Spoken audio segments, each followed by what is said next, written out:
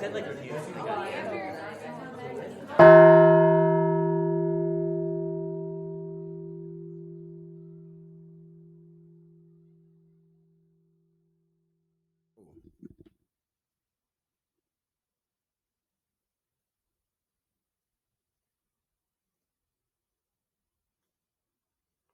All right.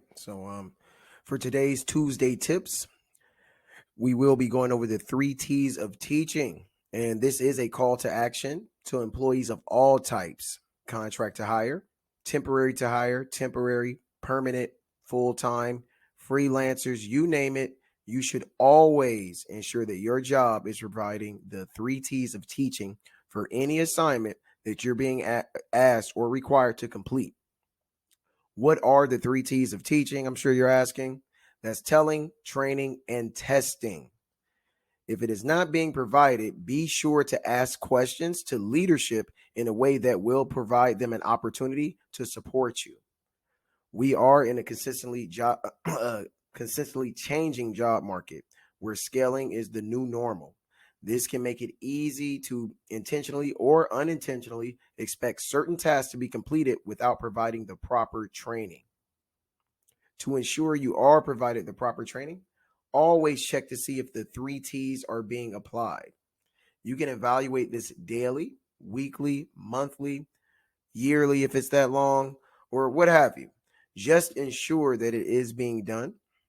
This is very impactful if you are being told your performance is down, or you're not meeting quota, or you're not hitting your goals. It's very impactful to ensure that you're being provided that support.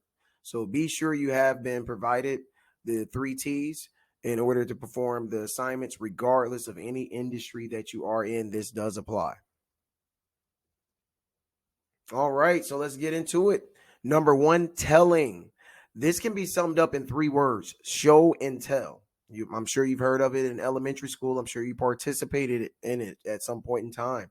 But you will want to ensure leadership has shown you as well as told you what to do. And this can be done through live demonstration, video, or training material.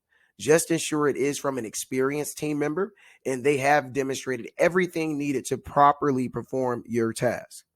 Hold leadership accountable to ensure they do show and tell any task that they're requiring you to perform for work. This protects you as well as leadership when it comes time to performance reviews. So it's a win-win for everybody. All right, number two, training, which is the most important part, of course.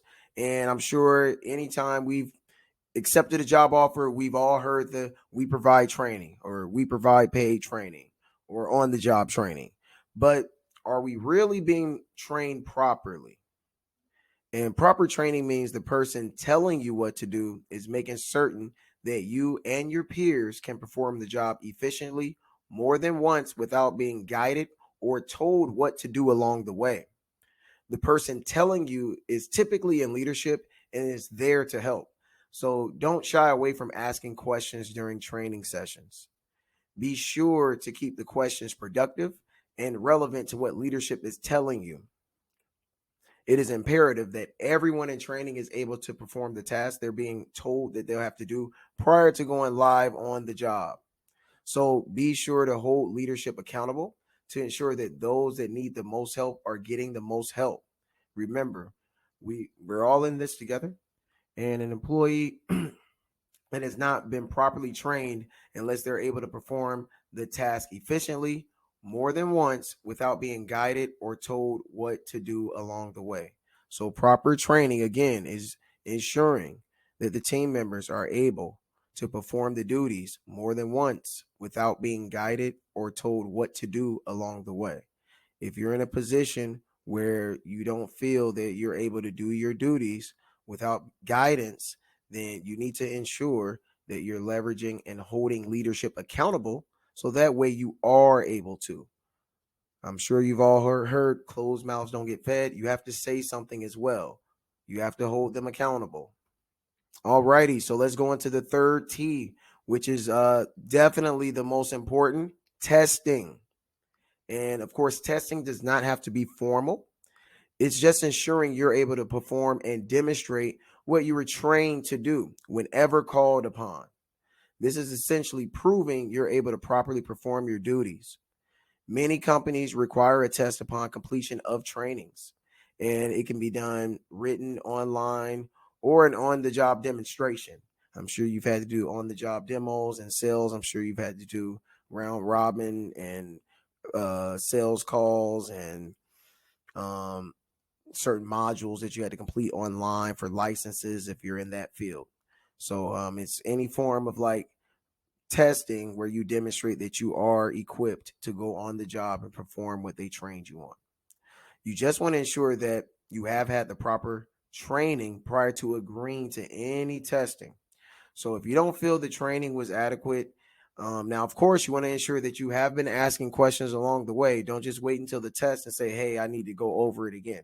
Like, be sure you're doing your due diligence as well. But do not agree to take any test if you feel that you haven't, been properly trained, because once you do accept it and agree to take the test, the understanding is that you were properly trained. So always ask questions, because it's highly, highly likely a team member has the same question or a similar question. Try to avoid accusing leadership of not providing the three T's, but instead constructively ask for support that'll reassure the three T's of teaching are being provided. So try not to make accusations or charges against anyone's coaching styles, training styles, but just ask constructive questions to ensure that they'll be able to get you what it is that you need. Again, this doesn't have to be overly over the top, any sort of super formal type of test. We just want to ensure that we are the best versions of ourselves whenever we walk into the workforce, that we're able to accomplish whatever the goals are, assuming that we have had the proper training. So I hope you definitely enjoyed the content. Subscribe to our blog and definitely subscribe to our career center at unifiedachievement.com. Feel free to like, share, and subscribe as well. Thank you for your time.